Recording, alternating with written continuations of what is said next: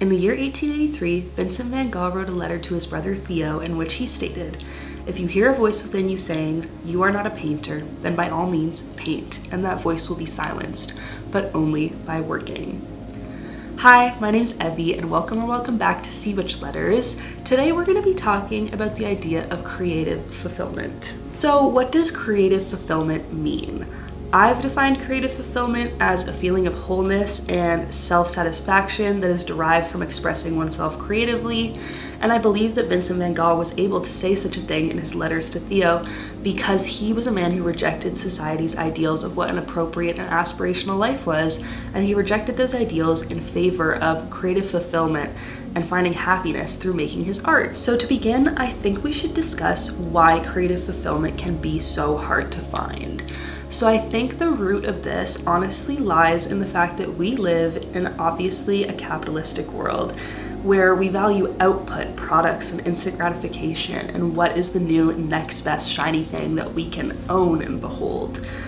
Making art, therefore, can be full of this intrinsic pressure to make something that other people will want, to make something that other people will think is good, to make something that other people will think is new and original and worthwhile to behold and to love. And I think that in that sense, it can be very hard as a creative person or an artist to forget that you're trying to make things that people will like, and to try to get yourself to a place where you're not making things to please others. So I think it can be very hard to find creative fulfillment in a world that is so based on instant gratification and owning things and output and products. So I think that's one of the big reasons that it can be really hard to find this kind of intangible thing, creative fulfillment. I think another big thing that can hold people back, I know it's held me back in the past, and I know many artists and creatives are held back by the fear of failure. So it can lead people, this fear of failing, this fear of doing badly, I really believe it can lead people to not do things and to become inactive because you fear people's perception, or maybe you even fear your own perception. Maybe you want to paint, but you're worried that you'll find the paintings bad, no matter how hard you try. Not just that other people will find them bad, but you yourself will be disappointed with your creative output. That's incredibly common. For my work, I work with children in the arts, and my job is to facilitate spaces where children can create art and to create art with them. And I could not even count on both my hands the amount of times children as young as 3 or 4 years old have looked at me and said things like, "Oh, I can't do it. It's not good. I don't know how to draw this thing," or "It doesn't look like how it should look like," or, "Someone's not going to like it." And it breaks my heart knowing that children as young as that are affected by this fear of failure, this fear of being viewed as not good. So I think, why is creative fulfillment so hard to find? One, we live in an incredibly capitalistic world that values direct and speedy, quick input and output for the instant gratification of society. And two, people are really consumed with a fear of failure, and people fear failure and judgment and perception so much that it will lead them to just not doing the thing that they want to do. We've talked about the pressure to be perfect. We've talked about the fear of failure for lack of perfection in the final product. And now we have to kind of address that inner perfectionist head on. So I'm going to leave this statement with you and take it as you will. But your inner perfectionist will force you to waste your life. And I know that's a bit of an intense thing to say. I know not everyone might want to hear it, but I just want to pose a few questions to you, the viewer, and then I want to address a very interesting and poignant quote on the topic. So let me ask you, how much art would you have made if you did not fear judgment or perception from others or from yourself? What could you create if you didn't worry about your creation being good or perfect? And how much time have you spent critiquing the work of others instead of just making something yourself? I hope that if you're watching this and you aim to be creatively fulfilled, you think about those things honestly and genuinely, because I've learned in my creative lifetime that all of these things are kind of important things to check in with yourself about, to make sure you're not getting lost in the pressure to be perfect, the pressure to be good, the pressure to be the next best thing, and just create. So yeah, I think those questions are important, and I think it's important to say that your inner perfectionist can waste away your life if you're not sitting with yourself, staying present, and taking action in the face of the pressure to be perfect. Now I want to talk about something that Carl Jung once said, and I recently discovered this piece of writing from Carl Jung, and I just thought it was such a poignant, great quote that summarizes exactly how I feel about this topic in general. So, Carl Jung once said, "The world is full of people suffering from the effects of their own unlived life.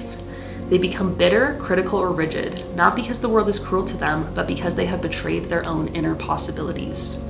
The artist who never makes art becomes cynical about those who do. The lover who never risks loving mocks romance, and the thinker who never commits to a philosophy sneers at belief itself. And yet, all of them suffer, because deep down they know the life they mock is the life they were meant to live." I think Carl Jung was absolutely spot on when it comes to this, and I think we could all do to try our best to stop suffering from the effects of our unlived creative lives, get over ourselves, and just pick up the pen. So we've talked about Van Gogh, we've talked about what is creative fulfillment, why it's so hard to find, we've talked about the inner perfectionist, Carl Jung, and now we need to talk about the thing that brings these all together: how to stop suffering from the effects of your unlived creative life. Now, I think this is a case-by-case matter, and I think, in a way, different strokes work for different folks in this context. So don't take everything I'm saying as law, because I cannot prescribe you a perfect plan to realize your creative dreams and silence your inner perfectionist and get over all of those fears of failure. I can't do that, but for me, I am a lifelong artist and creative, and I feel like only in the past few years have I been able to actually feel creatively fulfilled. And some of these tips are how I did it, so let's talk about it. 1, stop making art for the imaginary audience in your head. Most of the time, and I know it's harsh, but no one cares about what you're doing as much as you do, and you need to stop making art wondering, could this go in a gallery? Would this get a bunch of likes online? Would people think that this has something important to say about the world? You need to stop thinking about those things, because chances are not that many people are watching. And if there are a lot of people watching for some reason, you just gotta not care what they're saying, honestly. You have to stop making art for this imaginary perceived audience, because, unless you have a curated audience of people watching, there's no one who cares just as much about what you're doing as you do. So just stop trying to please an imaginary group of people, because they're not there. And even if they are, you don't need to please them. So stop making art for the imaginary audience in your head. Number 2, stop making art in hopes of being viewed as an artist. Now, this may sound a bit contrary, because I just reference myself as an artist, and I often do, but the title of artist is not why I do that. I don't think it makes me cool. I don't think it makes me better than anyone.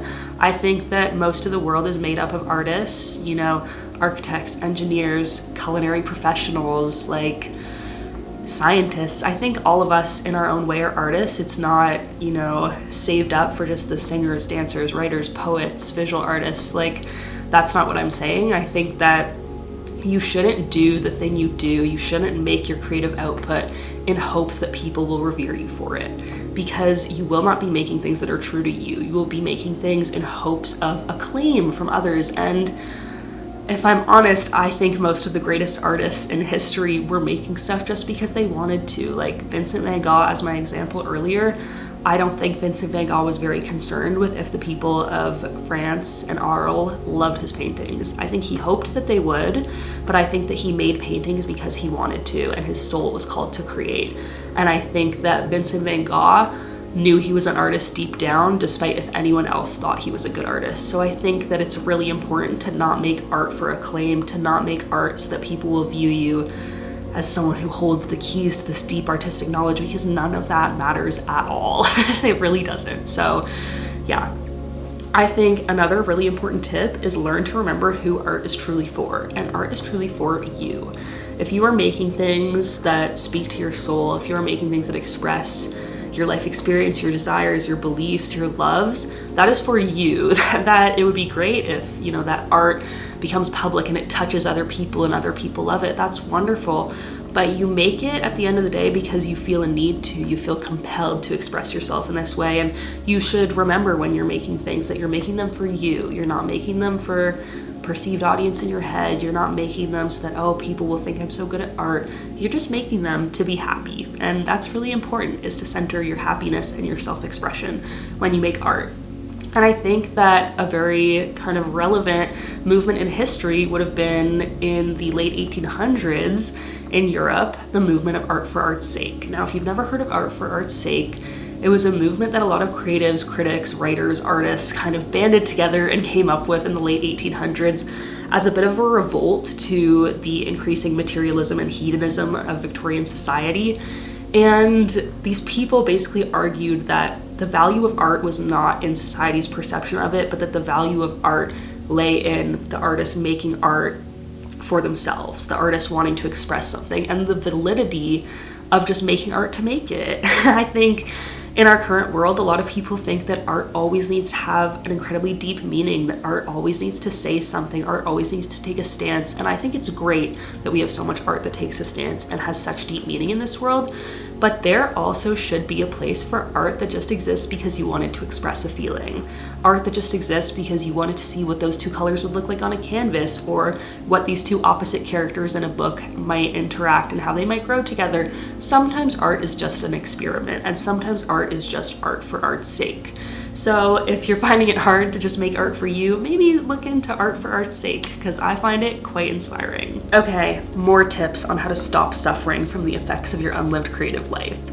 I think one of the most important tips that I could give you is commit to play, exploration, and failure. Now, what do I mean by that? I think play and exploration definitely go hand in hand. I think that it's important to explore different mediums, explore different manners of self-expression. Maybe you have an interest in drawing and you like to doodle, but you've never made a big painting. Well, go out, get some cheap paint, try it. Maybe try a watercolor, try pastels, try making a print, try taking some photos. And be okay that you will fail at it. You need to accept that you will fail at it. I know that's really hard for some people, especially talking about the inner perfectionist earlier, but you truly will never be able to realize your creative potential unless you get okay with the idea that you're gonna fail. And for me, this was really hard to accept. When I was doing my fine arts degree at art school, a lot of my professors would tell me and tell the entire class that you need to be able to make a lot of bad art before you're gonna make any good art. And what they mean by this is not that you'll be shit at making art until you're great.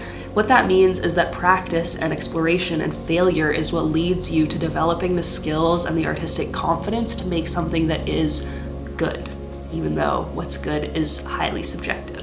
So commit to play, commit to exploration, and commit to failure, and accept it and welcome it in, because it's here, it's not going away, and it'll help you become the creative and the artist you were always meant to be.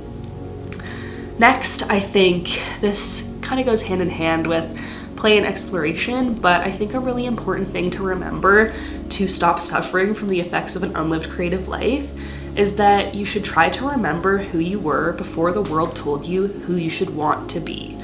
And what I mean by that is that children are really unburdened with society's expectations of what a functioning and proper human should look like. Children are allowed to be loud, they're allowed to be messy, they're allowed to be dirty, they're allowed to make mistakes, and everyone accepts it because they're children. And I think children honestly have a really pure, like close to the center and almost spiritual understanding of what they love. Like, I work with kids, as I mentioned, and so many of them have their favorite thing. That's their favorite thing, and they only want to talk about that. And they wear t-shirts with like Sonic, or maybe they are obsessed with Princess Elsa.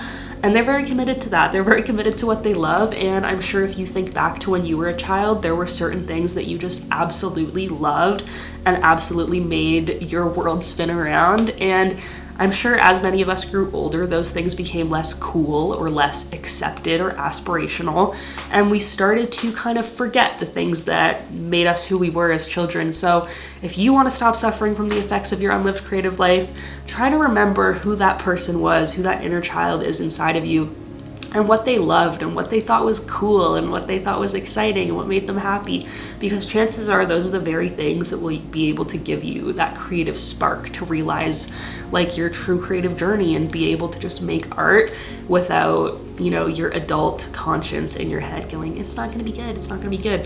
Just do what child you would have thought was really cool, and I promise that is the most fulfilling thing. Okay, we are slowly getting through my list and coming to the end, but I have just a couple more tips on how to stop suffering from the effects of your unlived creative life. Now, perhaps the most important, and one of the tips that has kind of been a thread in a lot of the things I've said in this video, is that you must reject societal ideas of goodness and perfection. Now, I know that sounds easier said than done, and it is. It really is easier said than done, but I'm talking from experience because I have repeatedly been trying to do this over the years. A lot of us have an idea of what is good art or what is worthwhile, what is of value. A lot of us look at art that is hyper-realistic as being better than art that is abstract because we are primed to have certain standards for what is good and what is not.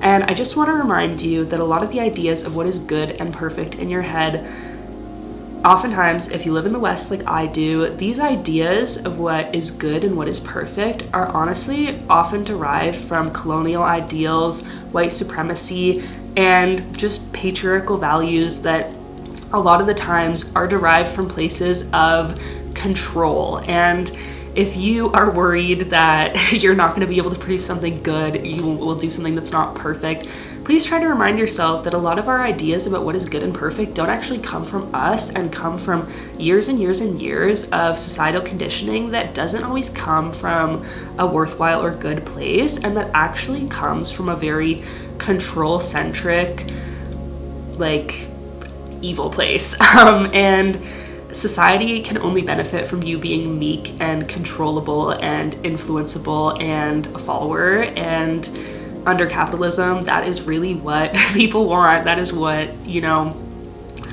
the big men in the big chairs, the billionaires, the CEOs, like the big name politicians, they can only benefit from you being scared to be yourself and subscribing to these old white supremacist colonial patriarchal ideas. So next time you're worried about if your painting's going to be good or not, just tell yourself that in a different world we would have different ideas about what is good and what is bad.